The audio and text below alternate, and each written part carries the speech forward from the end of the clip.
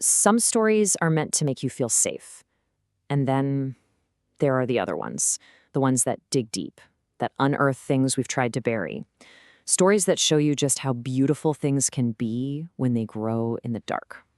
Well, today, we're going deep into one of those stories. Welcome to Beautiful, Brutal Bodies.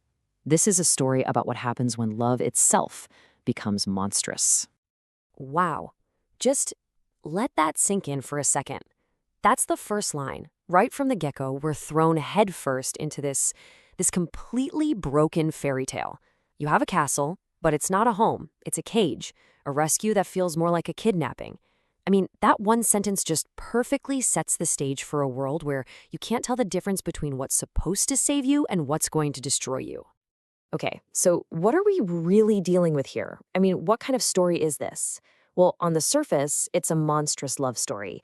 It's a sapphic folk horror, and it's one that promises to totally redefine what it even means to protect the people you care about. So yeah, let's peel back the layers and get into the details. All right, here are the coordinates for our journey into the darkness. The book, of course, is Beautiful, Brutal Bodies by Cheng. Genre-wise, we're looking at YA folk horror mixed with a sapphic romance, and you can get your hands on it starting November 4th, 2025. Now, who is this for? Well, if you're someone who really gets into diverse horror, or stories that dig deep into queer identity and cultural trauma, this is absolutely for you. Think of this as our map, leading us into a very, very dark, but incredibly beautiful forest. Okay, now we're getting to the real heart of it all, the core of the darkness. Because this isn't just a story about monsters lurking in the shadows outside. No. It's about the ones we carry inside us. And here's the book's most dangerous, most powerful idea. The one that changes everything. The monster within you is actually your salvation. So, what does that even mean? Well, the book's core argument is that we can't truly heal until we embrace the parts of ourselves that society, maybe even our own families, have told us are monstrous. All those brutal aspects, our anger, our fierceness, that stubborn refusal to just be quiet and small, they're not flaws, not at all. They're actually our tools for liberation. It's a pretty radical form of self-acceptance when you think about it. To really wrap our heads around this, we've got to listen really closely.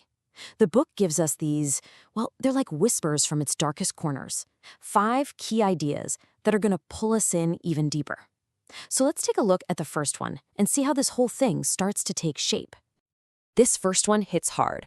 Is your real voice a curse, something that causes trouble? Or is it a call for help, a sign that you just need to be heard? The book is basically saying, hey, why can't it be both? It's suggesting that if you're going to challenge the systems that hold people down, you need a voice that's powerful enough to do both, to wound and to heal. Oh, I love this one. It just so perfectly gets at the book's idea of what safety really is. See, real protection, it isn't passive. It's not about hiding. It's about wielding a power that, yeah, other people might find threatening. It's that wild thing in your eyes that promises both safety and danger. It's about finally embracing those instincts that everyone has told you are too much or too intense. And this is where we get to the absolute soul of this monstrous love story. It introduces this idea of brutal tenderness. I mean, what a phrase, right? It says that real, authentic love isn't about trying to file down your partner's sharp edges to make them softer. No, it's about accepting them, claws, fangs, and all. It's about understanding that fierceness, that protectiveness, that is a form of love. Okay, now we're peeling back yet another layer. And this one is huge. Generational trauma. Think about it. So often, the warnings our parents or grandparents pass down, they're disguised as protective wisdom, right? Don't do this, it's not safe. But this book asks a really powerful question. What if that wisdom isn't wisdom at all? What if it's a curse?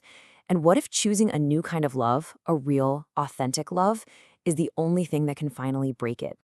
And here it is. This is the big one, the ultimate thesis of the entire book. Sometimes, the monster isn't the villain, the monster is the hero. Your salvation comes at the exact moment you stop trying to kill the monster inside you. It's when you finally take all that shame, all that fear, and you turn it into a shield, into pure protective power. So, we've made our descent into the heart of this story. Now what? Well, now we have to step back a little and actually assess it. We're moving from the feeling of the story to its nuts and bolts, its structure. We're going to weigh its soul, both the beauty and, yes, the brutality. All right, let's put it all on the scale. On the beauty side, the strengths, the atmospheric world building is just incredible, so immersive. And the way it weaves in cultural mythology feels so real and smart. But then there's the brutality side, the weaknesses. Some parts of the premise, honestly, can feel a little gimmicky. And the plot definitely relies on a few too many conveniences to move forward, especially in the middle where the pacing kind of stumbles. So what you've got is a book with incredibly powerful ideas, but it does have some of those structural flaws. So after weighing all that, the beauty against the brutality, where do we land? The final judgment is a 7.9 out of 10. So you might be wondering, how did we get to that specific number? Let's break it down. You can see its biggest strengths are in its content quality. The ideas are top-notch, and its impact potential. This is a story that will stick with you. Plus, its themes have really strong real-world application. At the end of the day, it's a super smart, innovative book, and those amazing transformative ideas absolutely shine through, even with a few minor hiccups. Okay, so what do you actually do with all this? The book doesn't just leave you in the dark. It gives you a path forward, almost like a ritual. First step, take stock of your so-called monster qualities, all those things you've been told to push down. Step 2, start practicing brutal tenderness in your relationships. Love the whole person, fangs and all. Third, set some fierce boundaries, the kind you actually need. And finally, number 4, take your anger and channel it. Not into breaking things, but into protecting things. Look, if this whole descent has sparked something in you, please don't let the journey end here. This isn't the only story like this. The darkness has plenty of other paths, other tales just waiting for you. So, where to next? Well, for your next deep dive, you should definitely check out Gorgeous Gruesome Faces. It's also by Cheng, and it digs into Asian American horror and twisted beauty standards.